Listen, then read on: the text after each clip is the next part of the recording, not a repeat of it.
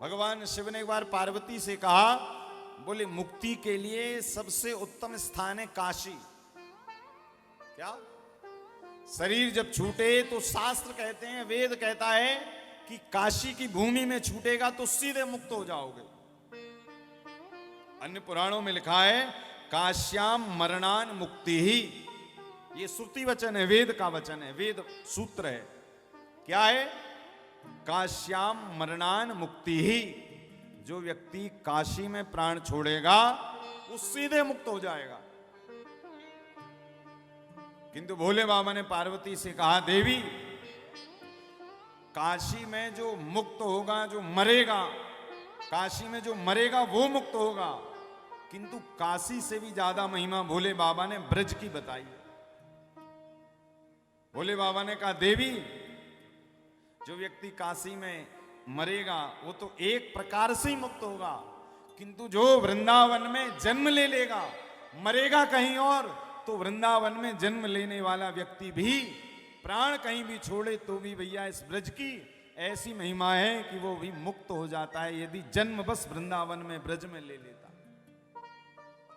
काशी में तो जब व्यक्ति का प्राण छूटेंगे तब मुक्त होगा, किंतु जो वृंदावन में जन्म ले लेगा, प्राण कहीं भी छूटेंगे तो भी वो मुक्त हो जाएगा। ये वृंदावन एक प्रकार से नहीं, भोले बाबा ने इस वृंदावन धाम की महिमा, ब्रज भूमि की महिमा 5 प्रकार से कही है।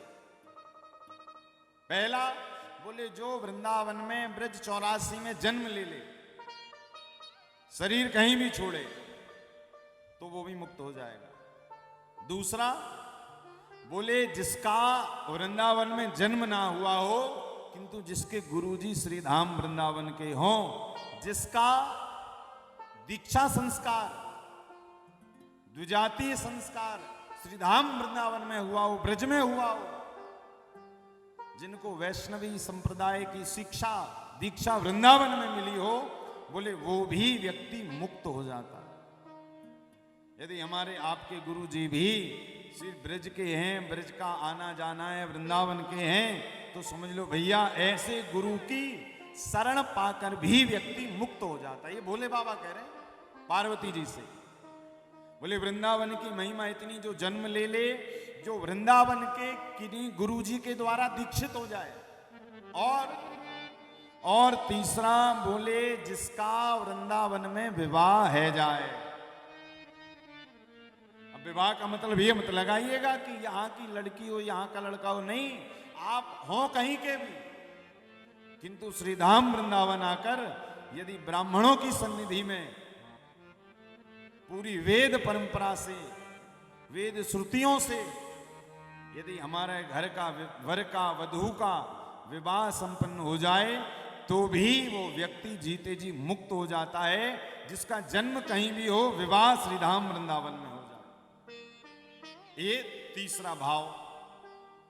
चौथा, बोले जो जन्म कहीं भी ले, किंतु अंतिम संस्कार जमुना जी के पुलिन पे हो जाए, वो व्यक्ति भी मुक्त हो जाता है। या बोले जिसकी वृंदावन में मृत्यु हो जाए वो भी मुक्त हो जाता है। और भोले बाबा ने कहा जो एक दिन एक रात के लिए भी वृंदावन आ जाता है, तो भोले बाबा कह रहे पार्वती जी मैं उसे भी मुक्त कर देता हूं, जो एक दिन के लिए भी वृंदावन आ जाता। तो भैया हम तो 1 दिन 2 दिन, कोई 7 दिन, कोई 5 दिन, अलग अलग दिन के लिए आए। विचार करिए, 1 दिन, 5 दिन, 7 दिन, आप 1 घंटे भी यदि वृंदावन आ गए, 84 कोस में रुक गए, तो समझिए हम भी जीते जी मुक्त हो गए। ऐसी महिमा श्री ब्रज की कौन बता रहे हैं? देवादिदेव महादेव। किससे? मां पार्वती से। स्कंद पुराण की कथा है।